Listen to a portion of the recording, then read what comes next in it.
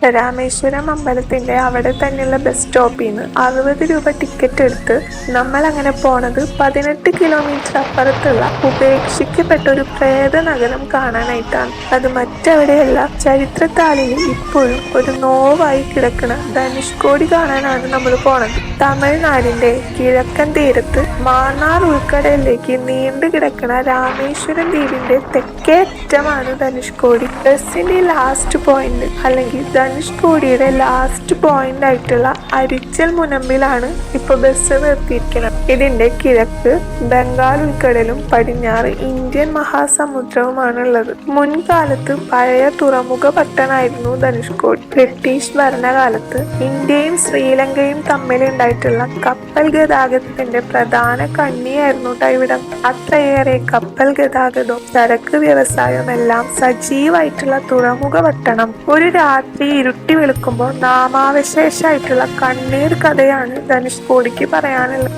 1964 December 22 ശക്തിയായിട്ട് അടിച്ച ചുഴലിക്കാറ്റില് ഈ പ്രദേശം പൂർണ്ണമായിട്ടും നശിക്കപ്പെടാനുണ്ടായത്. അരനൂറ്റാണ്ട് മുന്ന് വരെ സ്കൂളും പോസ്റ്റ് ഓഫീസും പള്ളിയും റെയിൽവേ സ്റ്റേഷനും എല്ലാമുള്ള തിരക്കുള്ള തുറമുഖ പട്ടണമായിരുന്നു ഇത്. മത്സ്യബന്ധനം തൊഴിലാക്കിയ 2000 മനുഷ്യരും ഇവിടെ ജീവിച്ചിരുന്നു. 1964 ചുഴലിക്കാറ്റിന് വീടും കെട്ടിടങ്ങളും എല്ലാം കടലിലേക്ക് ആഴ്ന്നുപോയി.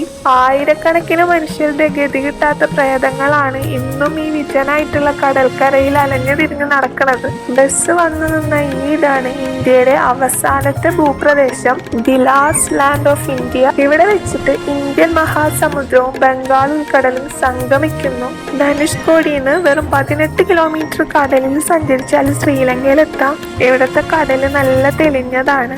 സീതയെ വീണ്ടെടുക്കാനായിട്ട് ശ്രീലങ്കയിലേക്ക് ശ്രീരാമൻ ഈ വഴി പാലം നിർമ്മിച്ച് പോയി എന്നാണ് വിശ്വാസം. ശ്രീരാമൻ കെട്ടിയ ചിറ എന്നറിയപ്പെടുന്ന ആ ഒരു പാലം ഇപ്പോഴും കടലിൽ തെളിഞ്ഞു കാണാം. ഈ ദുരന്തത്തിന് ശേഷം ഇവിടെ താമസയോഗ്യമല്ലാന്ന് പ്രഖ്യാപിച്ചിട്ട് ഇവിടുത്തെ ആളുകളെയൊക്കെ മാറ്റി താമസിപ്പിക്കുകയാണ് ചെയ്തത്. ഉപേക്ഷിക്കപ്പെട്ട സ്ഥലം മാത്രമായി കിടക്കുന്ന ഇവിടെ ടൂറൊക്കെ വരുമ്പോൾ നല്ല സന്തോഷത്തിൽ ഫോട്ടോസൊക്കെ ഇടാം. പക്ഷെ ഇതിന് പിന്നിലുള്ള കഥ, ഈ നഗരം എന്തുകൊണ്ടാണ് ഇങ്ങനെ ആയതെന്ന് മനസ്സിലാക്കി കഴിഞ്ഞാൽ നമ്മളൊരു നോവോട് കൂടിയിട്ടാണ് നമ്മുടെ വീട്ടിലേക്കൊക്കെ തിരിച്ചു പോവാ. കാരണം നമ്മളൊക്കെ താമസിക്കുന്ന ഇടം നമുക്ക് അത്രയും സേഫ് ആണല്ലേ.